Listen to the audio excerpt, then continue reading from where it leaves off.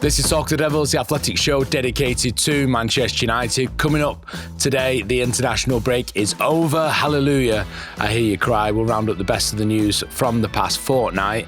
The only issue is we're straight back into a trip to Liverpool, a trip to Anfield. We'll preview that game, and as well, there are selection issues for Ruben to ponder. We'll ponder them too and try and work out who we think will start the game on Sunday. But my goodness, my voice has gone.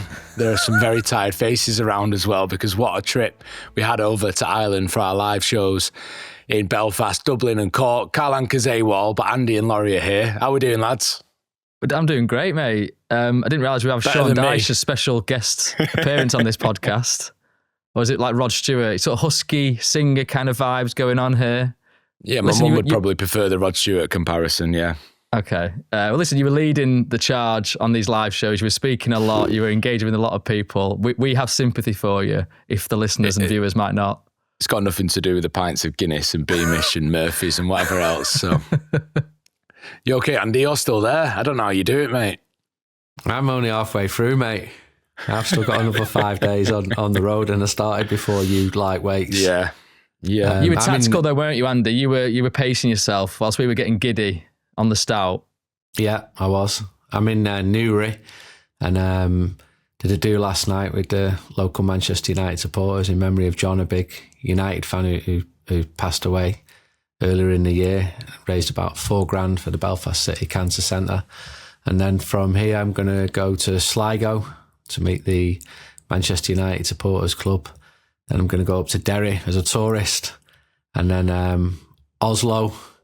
So yeah, it's full on, but it's good.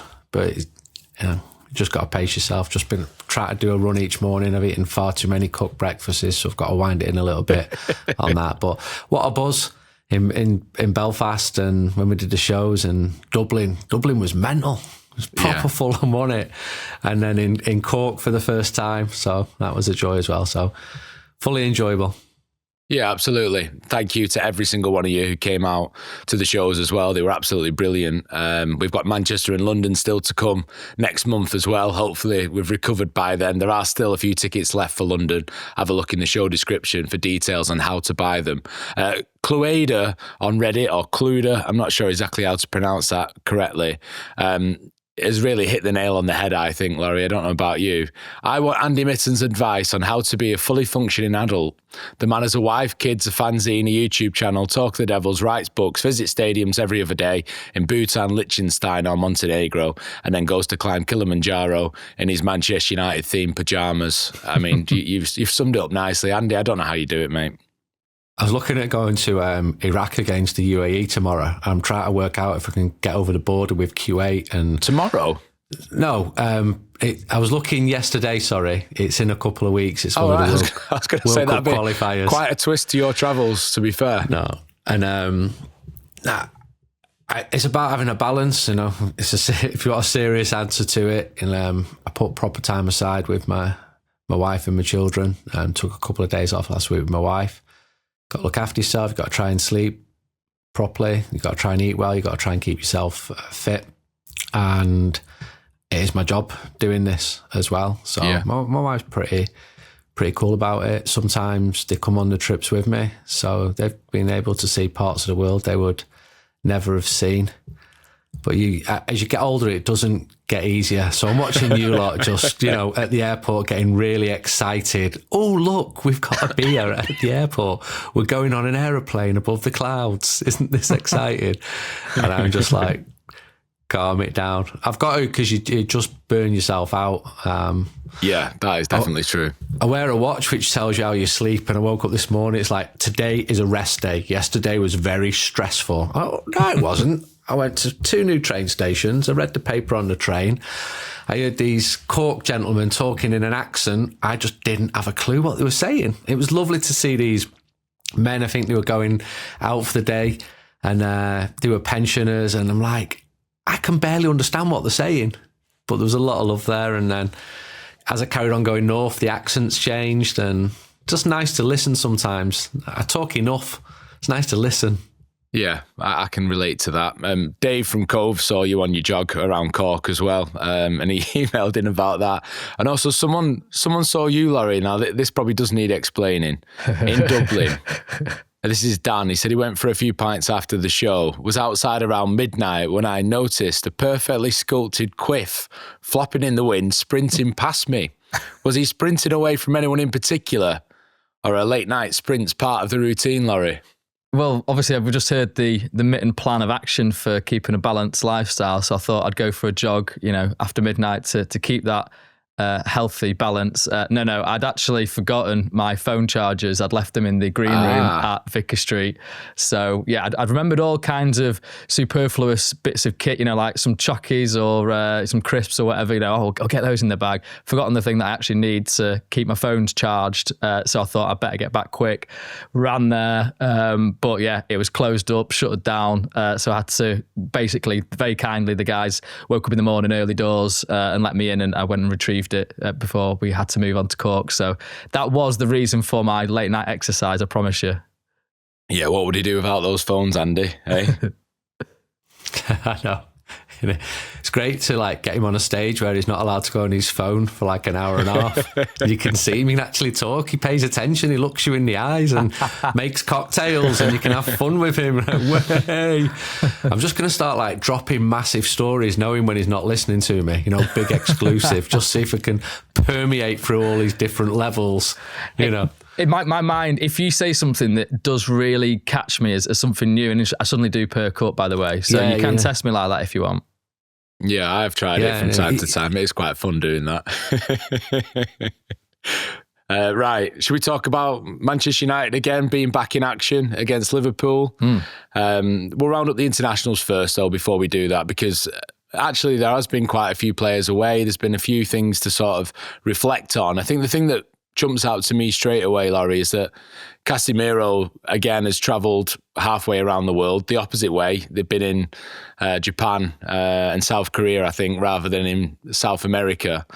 But he's actually played 180 minutes for Brazil during the international break. Our Red Devils, the Reddit channel as well, someone on there pointed out, he's the captain again. Ancelotti's got in front and centre of this Brazilian team after being left out of the squad for the Copa America by the previous boss. And that's a bit of a concern for United heading to Anfield, isn't it? Yeah, it's funny, isn't it? You sort of see things different ways depending on what kind of context there is. So I think we probably would have looked at Casemiro playing for Brazil previously as a sign that he's still that top tier caliber player that United had signed originally. And actually, Ancelotti's faith in him does make me remember when he left Real Madrid and the kind of different sort of narratives that were coming out where, it was on the one hand, okay, Real Madrid were done with him, and they kind of wanted to get top dollar for a guy that they had decided to move on and replace with younger models. But there was also that element of Ancelotti being really gutted and didn't want to lose him. And I think this episode now with Brazil perhaps shows the truth of that, because, okay, I know it's a different scenario, Real Madrid compared to Brazil, but nevertheless, you've got a guy there playing every minute of these matches, and okay, they're not, World Cup qualifiers, but it's still, important matches for Ancelotti to establish his team and to get momentum ahead of the World Cup. So yeah, interesting. But as you say, then coming back into the fray, away at Anfield, where you'd expect the atmosphere to be right up and the midfield for Liverpool to be at it, although they have their own sort of long travels as well in their midfield. So I'm trying to remember. He often does get rotated out, doesn't he, Casemiro, after an international break? Was it the previous one? Last break? Yeah. The last break, he was left out of the starting lineup at the Etihad. Manuel Ugarte started. And we sort of thought that was because Ugarte had also played well at the Etihad the previous year in the victory. So yeah, it'd be interesting to see who he picks here, because I got the sense that Casemiro was, he is, isn't he, Amarin's sort of first choice in that kind of deeper midfield role. So I think it'd be interesting to see who he goes with here. I mean, I sort of also do remember that Ugarte played well at Anfield last season, didn't he? Made that pass that I sort of raved about and wrote a whole piece around that was sort of flipping defence into attack. And so, yeah, maybe Amarin will think of that as well. But yeah, I think it's a sign that, clearly Casemiro has still got something to give, and we can look at obviously his contract situation being up in the summer and being on the biggest wages really at the club. So that's obviously something that will have to be evaluated. But I think that this at least shows that he has still got the capacity to compete in this level. Casemiro takes Brazil very, very seriously, and Carlo Ancelotti wanted to bring him back in. That was one of his pitches when they were talking about bringing him to Brazil, and it was a big scoop to get Ancelotti to become the manager of the Selección, and he's loving it. It's good that he's playing. He obviously wants to play in the World Cup finals. You don't actually get jet lag when you go to Brazil. It's quite far south as opposed to an east-west. He was over in Asia though, Andy. No, well, oh, sorry. This is my point. Sorry. When you go to South Korea and Japan, there's nowhere in the world worse than for getting it. It really whacks you. Proper. Remember when Manchester United played in the World Club Championship games and the players were walking around like zombies at 4 a.m. and it's I've done it a few times and it's horrible. So hopefully they've worked something in that, but you can't just fly that far and then come back to Manchester and expect to be completely normal. I don't think it's humanly possible. No, Cunha was on that trip as well. Even for you? You could do it, couldn't you? I got it really bad last time I went there in, I think, 2019. Okay. Really, really bad, waking up in the middle of the night. And I'm like, am I going to do this again? Or we're going to try and if I go over here, just break the journey into little bits. Obviously, the football team can't do that. No, Cunha was on that trip as well for Brazil, so that's another issue maybe for Ruben Amorim to think about. He only played 124 minutes of the two matches, but still quite a lot, to be fair. Bruno Fernandes actually didn't play 2 lots of 90 minutes for Portugal, so I don't know what's happened there, because I thought it was part of his contract for club and country that he had to play every single second of every single game possible, but that's good for United that I think he managed 148 minutes across the matches for Portugal. Ahmad with a goal and assist to help the Ivory Coast beat Kenya and qualify for the World Cup final, so that's brilliant for him. Brian and Mbumo, slightly different scenario. So I'm sure a lot of people would have read about Cape Verde making it to the finals. They're the second smallest nation ever to do it. Andy will tell us who the smallest is, I'm sure. But Iceland? It is Iceland, yeah, that's right. Boom. Well done. So Iceland, as in population, sorry to just... Yeah. Okay. Yeah. Yeah, Iceland's, I think, 250,000. They were about 350,000, Cape Verde, I think, from memory. Brian and Mbumo's Cameroon, though, are the sufferers from that brilliant story because they finished second in the group now and they've got a series of playoffs to navigate to make it through to the World Cup. But at least United players are making a mark, and that's what we wanted.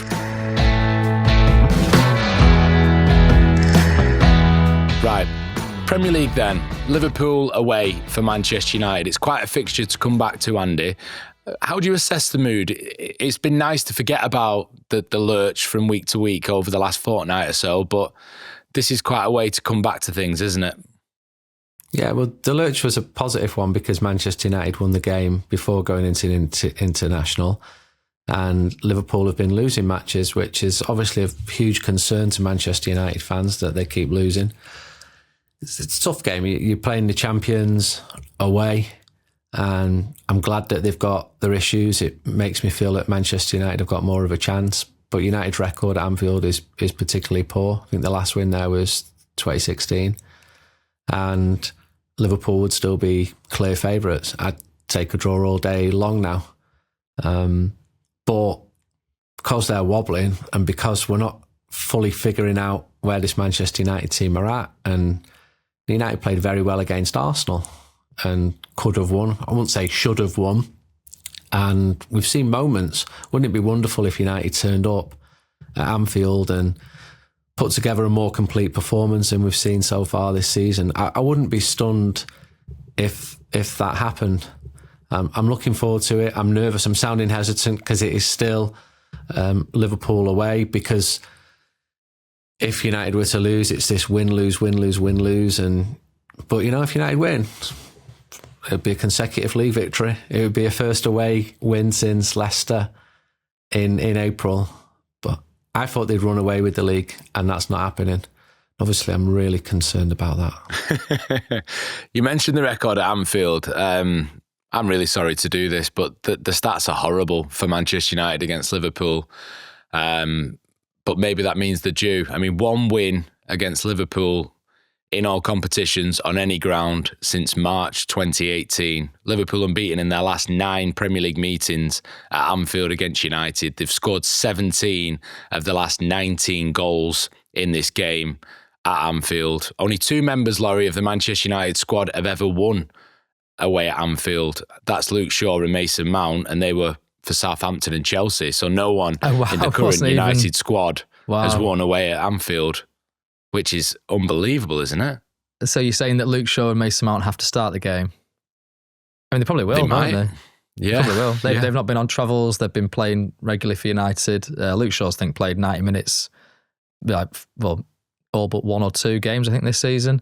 Obviously, Mason Mount scored in the last game. So, yeah, I mean, it does make for quite startling reading. And then you throw in a 7-0 defeat under Erik ten Hag, a 4-0 defeat at Anfield under Ralph Rangnick, kind of pretty damaging, very damaging results and performances ultimately. So I suppose that scar tissue might still be there for some players in terms of when the mood gets up. Do they have the wherewithal, the resilience to fight back against that? But I think they did last season, didn't they? Yeah. That was countering the narrative a little bit of United away at Anfield last season. I mean, going ahead was great, but in some ways, Ahmad scoring to level the scores back at 2-2 after losing that lead was even better. Yeah. And that was actually probably a good example of Amorim's system working, where you've got those sort of outside centre-backs bursting forward, Martinez in that kind of underlapping run almost, getting the pass and scoring with a beautiful strike. Obviously, he's not going to be playing in this game, but you've got perhaps opportunities there that weirdly against a Liverpool side that obviously can do a lot of damage to you. They also do seem susceptible in ways down the flanks or, with balls in behind. So you're looking at maybe that direct route that worked so well against Sunderland, or obviously the key moment against Chelsea working again, with Sesko up top and Boomer running in behind. I suppose that is that debate, isn't it? Cunha or Mount? You'd probably say Mount, given the way the last game went and Cunha's travels. Bruno, maybe there's been a little bit of an agreement from Amorim to his compatriots to say, can you give him a little bit of a rest during this international break, and I can prime him for the game at Anfield. So, yeah, I mean, I think probably logic and history would say it's not going to go well for United here, but I think there's actually some signs that they do have a chance, certainly, to arrest that narrative that's been building for several years. Wasn't just last season, the season before, 0-0. Remember when Johnny Baresi turned up there and everyone expected Liverpool to batter United? So, actually, this would be 3 games unbeaten if we get a result. There you go. That's the other way. Glass half full, Andy Murton. That's the other way. And also, you mentioned the issues for Liverpool. They've lost 3 games in a row, or they did lose them going into the international break. Crystal Palace and Chelsea in the Premier League, Galatasaray in the Champions League. They've not lost 4 in a row since Brendan Rodgers was in charge in all competitions since 2014. It's already the worst run of Arne Slot's managerial career. So it would be nice to pile it on a little bit more, Andy, wouldn't it? It'd be better than nice, mate. I'm telling you. I went to Galatasaray Fenerbahce in February and met loads of Galatasaray fans, and they all got in touch with me last week, loads of them, saying, we've beaten them. Hey, you must be happy for us. I spent like 20 minutes on social media going, yes, thank you very much. Yes, thank you very much. Sim bom bom. Yes. It's pathetic, innit? I'm a grown adult. He wasn't responding to all other messages that he gets, but he responds to the ones that are, mocking Liverpool. I like that, Andy. Just a quick fire, yes, bit of enjoyment. I hope that their defeats have got into their head psychologically and they're starting to think, actually, why is this happening? But there's a bit of desperation in me saying this. A little bit. They're going to be clear favourites, aren't they? You've got that famous stand behind the goal. What's it called at Anfield? The Cork. They reckon it sucks the ball into the net. I mean, it did for John O'Shea. Yeah, it doesn't. I'm sorry, it's scientifically impossible to suck a football in the net just by singing badly. Come on, United, get into them. 3,000 Reds behind the goal. When they sing a song, they've got an anthem, Liverpool, forget the name. But when they start singing it, the whole United end just goes, Manchester, Manchester, Manchester. At that moment, the world is a wonderful place. But then it can all cave in. But 2 draws in the last 2 matches, go one better this season, beat Liverpool away. If United win at Liverpool, aren't we like 2 points behind them? Yeah. It's an if, but yeah. You better cut me off here because I'm getting giddy. No, I think we needed that actually after I read out the recent record. So that's exactly the way to counter it. And I'm going to try and make people feel a little bit more positive because we're going to talk about the injuries as well that Liverpool have got.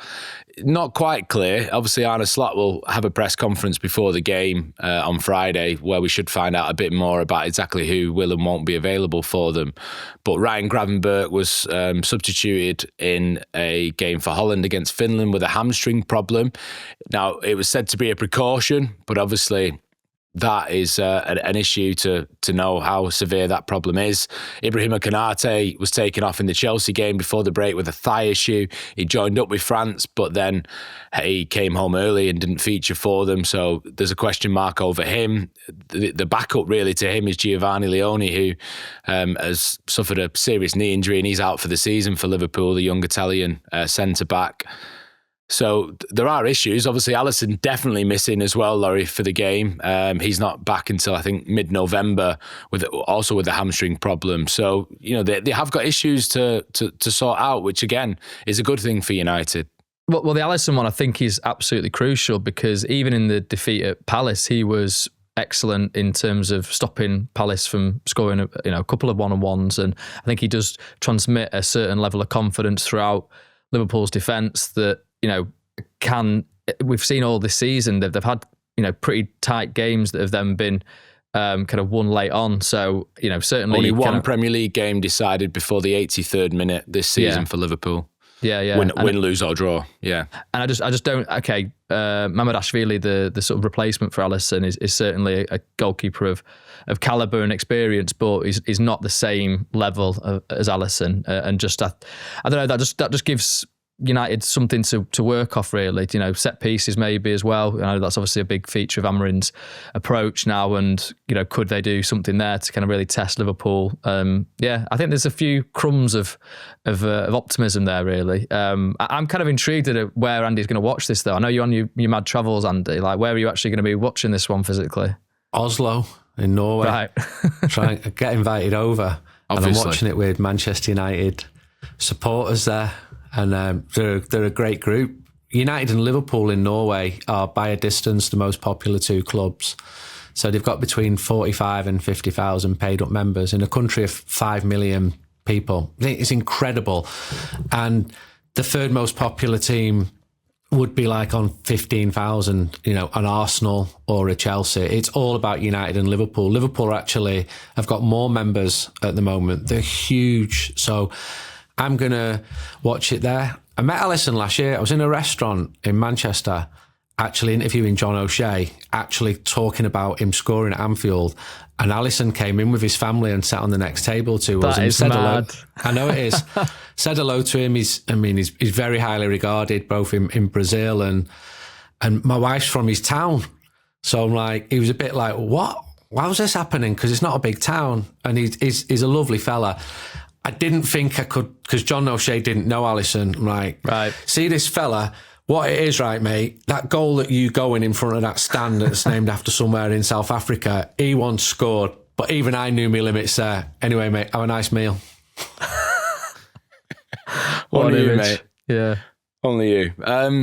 Right, they're the issues for Liverpool. So, actually, another stat that plays into United's favour maybe, they've conceded 9 goals in 7 games, and only one team in the top half of the Premier League has conceded more this season, and we won't name those. Yeah, right, yeah. Because I don't want to bring the mood down again. United haven't really got injury concerns, Laurie, in that sense, have they? I know Martinez, obviously a long-term absentee. Maybe a bit of a question mark over Nusma Zraoui, who, if fit, could be in contention to start. But it's actually the opposite for Ruben Amorim, which is good that you're debating who to pick as opposed to where the problems are and how to fix them. Yeah. And I mean, so I suppose you look at the centre-back selections there, and that's maybe one area where he got a choice to make, right? You know, I think probably based on the way the last game went, you're putting Yoro in there to go alongside De Ligt and Luke Golden Shaw. Boy nominee, Lenny Yoro. There we go, exactly. So, and was it? Yeah, it was Anfield, wasn't it? Last year, where he pulled off that incredible tackle on Nunes, wasn't it? I think the one-on-one where it was that kind of sprint and timing of it, and maybe those kind of instances will come up again in this game when you've got that pacing behind. It's a funny one, isn't it? I mean, like Liverpool, I suppose the one thing for United, who do they prepare for? You'd probably, because Ekitike started the season well, and that's a different profile of striker to Isak, even though they're both sort of technical. I think you've got more pace from Ekitike, maybe. Obviously, Salah, you know, he's going to start on the right, and probably Gakpo on the left, unless he tries to do something interesting and start Ekitike and Isak and just goes 4-4-2. I think Gakpo will start. Yeah. He brings that balance, doesn't he, in terms of... He's been good as well, and he's had a good work. international break for Holland too. Right. I actually interviewed him before the break, so he's someone who Slot relies upon, definitely. Yeah. And what do you think? Yeah, in terms of, he's a funny figure, isn't he, in United's history, because United actually did agree personal terms with him before he left about it. PSV. Yeah, he talked about it. He said he was on the verge of joining United, but then United decided that they were going to sign Anthony instead. Yeah. It left him in a bit of limbo. It's a bizarre story. So he then said that he had a choice whether to go to Leeds or Southampton or stay. Yeah, or stay at PSV longer. And he's very, very religious, and basically he asked for guidance as to what to do. And from what he interpreted back, he decided that if he scored 1 goal, he was either going to go to Leeds or Southampton. 2 goals was the other club. 3 goals, he was going to stay at PSV. So he went into this game against Volendam, if I remember correctly, scored twice, then got a 3rd, but it was like debatable as to whether it was an own goal or not. Originally, It was given as an own goal. He went off as a substitute in the match, and thinking he'd scored twice, said to his mate on the bench, right, that's me then. I'm going to Ellen Road. And then actually, after the game, the goal was then awarded to him. So he did score a hat-trick. So he then stayed at PSV and then joined Liverpool 6 months later. So unbelievable story of how he recounted it. So wow. Yeah. He's a different type of winger than a lot in the Premier League, isn't he? Because he's someone who drifts inside. You know, he has played as a false 9 in the past. And I think the wings are an area to target for United as well, Andy. There's a bit of uncertainty as to who starts at right back for Liverpool. Neither Bradley, Frimpong or Szoboszlai, who've played periods there, have really nailed down that position. Kirkes on the other side as well has not had a perfect start to his Liverpool career. So you think there are areas for United to try and exploit? Yeah, using the system that Manchester United exploit. You know who Cody Gakpo's manager was when he left Holland? Ruud van Nistelrooy. You know who Volendam, you said? A legendary Manchester United player from that little town, Arnold Muren. He's from Volendam. Oh, really? Not that that's got anything to do with Manchester United winning at Anfield on Sunday. Get at them. I'm not watching them. I trust trying not to acknowledge that they even exist, mate. Yeah, so if you're asking me about their fullbacks, you might as well ask me about, you know what I mean, cheese manufacturing in Peru. What I do know is it's a massive game for Lammens if he's to play at Anfield. He's had a very encouraging debut. I don't know whether it'll be worded up. When visiting goalkeepers run out to that stand behind the goal at Anfield, named after somewhere in South Africa, they do actually applaud them. I don't know. It would be pretty funny if a Manchester United goalkeeper just blanked them all and then kept a clean sheet. But once again, I'm getting carried away. Look at you looking at me puzzled here. Who applauds who? The cop, if that's what it's called, the spy on cop. Applaud an opposing goalkeeper? Yeah, every week. Okay. Never noticed that before. You never noticed that? No, famously so. Even Manchester United goalkeepers. Now, to be fair to them... I saw Thibaut Courtois talking about this as well, and I was confused with what he had to say. Never realised that. The spy on cop applaud every visiting goalkeeper at Anfield. And if I was a Liverpool fan, I would say, you know, this means more. This is what makes us so special. It is actually a genuinely... You know, it's a a feature which is specific to their club. I don't think it is a bad thing, but it's really weird. You know, they will genuinely applaud the Manchester United goalkeeper coming out in front of them, and they're not being sarky. It's just what they do. Fair play to him. Hope they get smashed on Sunday.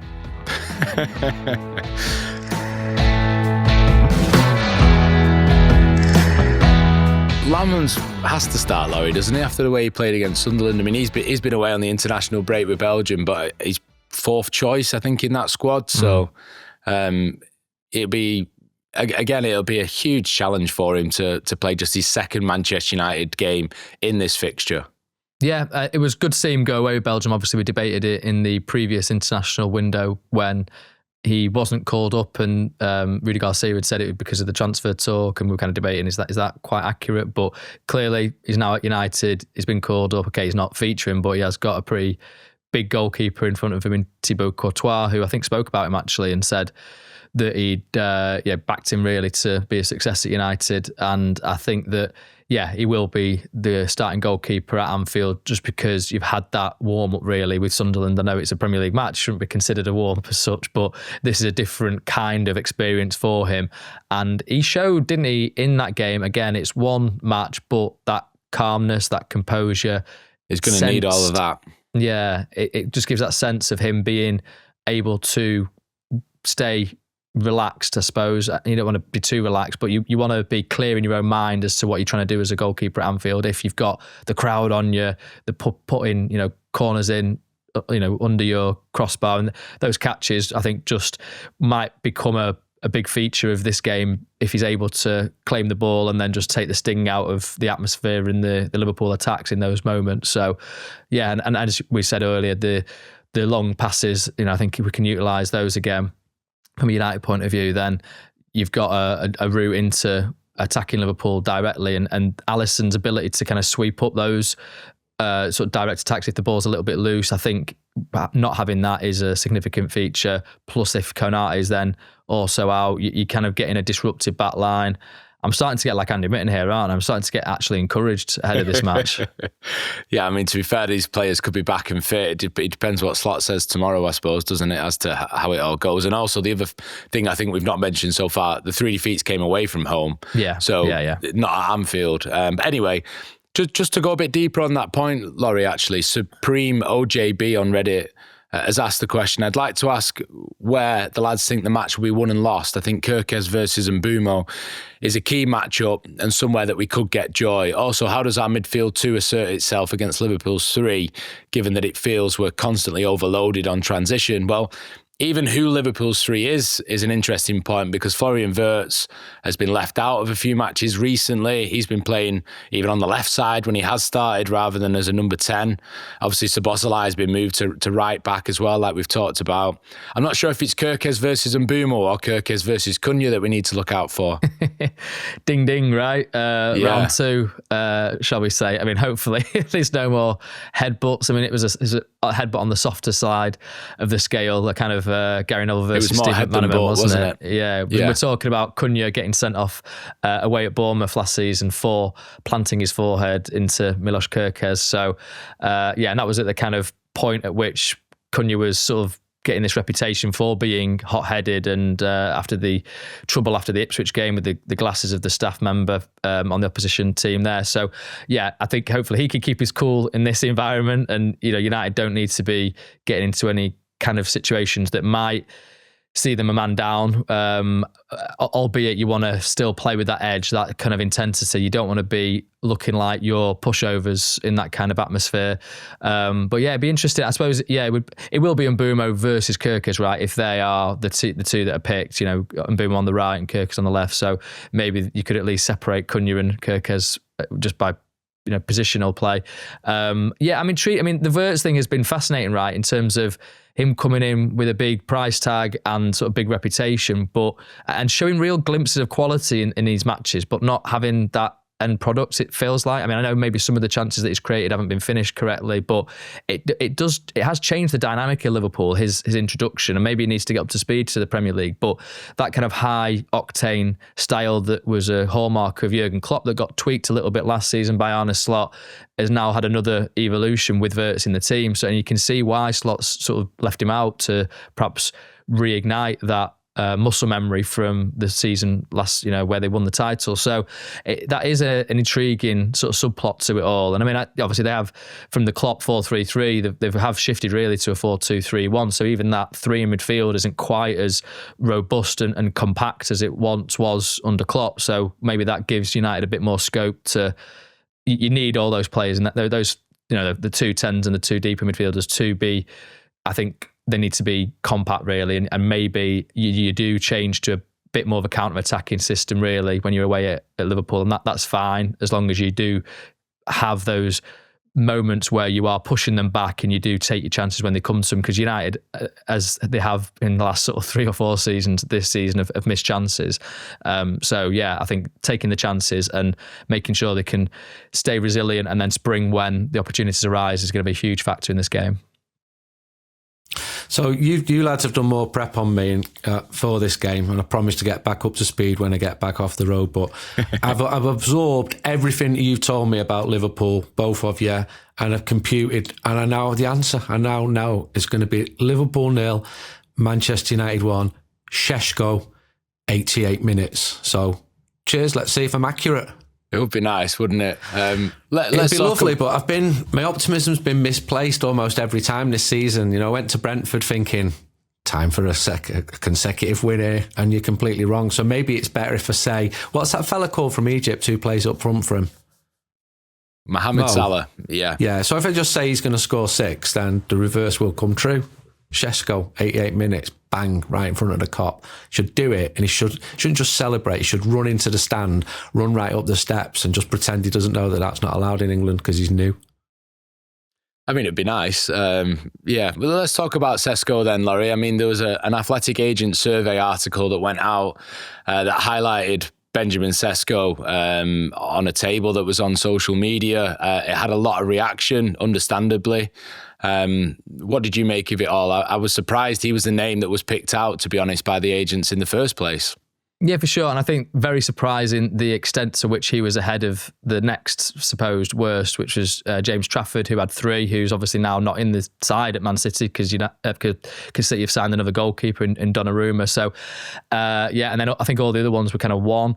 So that did really surprise me. And also, I can appreciate United fans feeling like it's a sort of an attack on their player and there's any kind of deliberate approach from the Athletic, and I can assure you that it's not that way inclined. I was surprised, and obviously I'd rather we'd kind of had a different name at the top of that list so that we weren't sort of having to field these kind of questions. But the point is that it's agents that have been asked for their opinions on this. So 20 agents, and okay, yeah, you can maybe wonder about their motivations or where they're coming from with certain points that they make. But equally, I can assure you that they are credible people in the industry with strong opinions that understand how transfers work. And I think when you read the article, you can see that some of the points that were made as to why they selected Sesko were about the price point and considering what he's done previously in his career, and the fact that it felt like United perhaps had to, get sort of rushed into it a little bit by Newcastle's approach. Now, I would counter that because, as Andy's already mentioned on a previous podcast, and we've certainly spoken about, Sesko has been a name that United have looked at for years, since he was 16, he was top of the list last summer as well. And so I think the top of the list this summer, amongst others. So he's a credible person for United to have signed. I think the timing of the survey might have been a factor as well, where the Athletic try and do this as soon as the window's closed, so you get that freshness of, okay, the window's happened, you're not allowed to kind of see how they've settled in already. What do you think of the actual deals? So I think that's the thing as well, that the mechanisms of these deals, so it's more perhaps a critique of United's approach from these agents that were surveyed than a comment on the player himself, who I think we can all agree is young and has a lot of potential. And he's now starting to show that. But at the time, maybe that the questions were asked, he'd had that game at Grimsby, I think, around this period. So, when he didn't take one of the earlier penalties, and there was a focus on him, and there was kind of people wondering, is this going to actually work? And that was obviously a very quick assessment to try and draw. But since that point, he's now sort of starting to endear himself to United fans, and I think that's why there was such a strong reaction to it, because it felt like this is a guy that we actually want to support and get behind, and we're really shocked that this would be a player that would come out on top of this kind of thing. So, but just for a bit of context, for example, you had 2021, I think Ben White was called, the so-called worst transfer to Arsenal at the time, and he's gone on to have a pretty good career for Arsenal, really. Kai Havertz in 2023, Moises Caicedo was just behind him, actually. So again, it's the point is maybe the price at which these players are being sold and bought for, and I think everyone could agree that Caicedo now for Chelsea, no one really considers the price tag. They just look at a player that's obviously doing very well for them, and they're perfectly happy with it. So, I mean, hopefully it's seen as a kind of a thought experiment, and just trying to give people a bit of an insight into what people in the industry are thinking, but by no means should be regarded as, it's not my opinion, for example, it's not our opinion, and obviously opinions definitely can be wrong. So let's hope that Sesko goes and proves those 6 people wrong. We actually, it was funny, on Monday night I was out in Belfast after the show at the Thirsty Go, and there was I think I mentioned this on the previous pod, of guys doing guitar work and harmonica and singing all the classics, and Kings of Leon Sex is on Fire came on, and me and my 2 friends Hassan and Jem thought that might work as Sesko's on Fire. So I don't know, if he starts to really pick up, we can sort of maybe think of some lyrics. I don't know if the tune's quite right, but the match of words certainly seems to be inviting. So yeah, let's see. I think he started pretty well, and his international break, he didn't score, but he had a couple of really good chances against Kosovo that showed that kind of instinct for running in behind and having the strength to hold off a defender. So if he can do something like that at Anfield, I think he'll certainly get at least one chance. He scored against Liverpool before in his career as well. Last summer, the worst signing that was picked out by the agents for that Athletic article was Cole Palmer. So I'm hoping that's an omen for the season that Sesko is about to have. It feeds into the directness conversation, which has been on the Athletic the last day or so, Andy. Ollie Kay's written an article about how direct the Premier League has become already this season. I mean, kickoffs being kicked into touch, long throws. It's a very different beast than it was only 2 or 3 years ago, really, where it felt like building out from the back and holding the ball, and possession play was far more the common theme. And interestingly, Critch has written about Ruben Amorim's sort of approach to this and how he's adapting 3-4-3 at Old Trafford, and he wrote that Manchester United rank among the best teams at winning second balls last season. The early weeks this time around, that's been used as a weapon again, and Sesko only helps that. And going somewhere like Anfield, thinking back to one of the last results that United got there, which was when Juan Mata scored twice. I remember constantly David De Gea knocking balls long to Marouane Fellaini, so that could be a real outlet for United at Anfield on Sunday. It could be, and the reason Manchester United signed Sesko, who I think has had a reasonable positive start at the club, was they felt he was better in the air than Rasmus Højlund. He had cleaner feet, he made better runs, he read the game better, and that was vindication for spending all of that money. But he's someone who Manchester United have watched for a long time. Very difficult just to settle into a new league, a club where the scrutiny is as high as it at Manchester United. But we are seeing different games. I was watching Brentford Man United a few weeks ago and thinking, am I going to write about the football here or all of these long throws that I'm seeing? You're seeing trends, but football has always evolved, hasn't it, tactically? And maybe Ruben Amorim is at the vanguard of the next change. It's hard to see it sometimes when we're watching it at the moment, when we're seeing the results, but maybe he's actually smarter than all of us, and it'll start to click in the last minute at Anfield on Sunday with Sesko, when he knocks one in from a long throw from in the whoever. 88th minute. And yeah, it's going to happen, this, isn't it? If you say something enough, you start to believe that it's true. That always works. So a Liverpool fan saying something like Manchester United were a has-been heavyweight, on the last legs. I'm just thought stuff like that should be pinned on the wall in the dressing room to motivate these Manchester United players. Yeah, while they listen to Talk of the Devils. Yeah, I mean, we're supportive. We want Manchester United to do well. We're desperate for Manchester United to do well because we're Manchester United fans. And I think everybody listening to this feels the same. But we should also be accurate in our reporting if someone's playing well or not playing well, or reflect what the mood is. It's not a PR job. You've got to tell it how it is. But with Sesko, I think he's had a positive start. He's been scoring. We're not getting... He's been here for 2 months and he's not kicked the ball yet. He's scoring. He's settling in. I've been encouraged. I would, if you rewind back and say, was it a mistake to sign him? I say, no, I'm actually liking what I'm seeing. But I also think he's one of the players who's truly to arrive because the season's 5 minutes old. Obviously, Anfield is the place to do that on Sunday. Looking forward to the game now. Yeah, well, that's what we were trying to do on the podcast, is try and raise a bit of enthusiasm for it. Try and get some energy as well, because I'm completely wiped out. So I don't know if you can tell, mate. Come on. in the energy that we've had in this show, that it's maybe not quite as high as possible, but we'll make sure by Sunday we're well up for it. If you want to warm up for that game and learn a bit more in the process on Brian Mbeumo, there's a lovely article by Charlotte Harper on The Athletic, talking to his sister actually, and just giving a little bit more background on the character that Manchester United have signed in Mbeumo. And again, like Sesko, let's hope he can have a positive first display at Anfield in a Manchester United shirt. But I think I'm going to go and have a snooze or something. I don't know. But something needs to give. Laurie and Andy, thank you so much for being with us. And thank you everyone for listening and watching. We'll speak to you again after Sunday. Take care. Bye-bye. Thanks for watching this episode of Talk of the Devils. Don't forget to hit subscribe if you've not done already. Like the video and also get involved in the comments too. And click the bell to make sure that you never miss an episode with myself, Andy Mitten, Carl Anker and Laurie Whitwell. There's also our social channels at TOT Devils on Instagram, X and TikTok. Thanks for watching.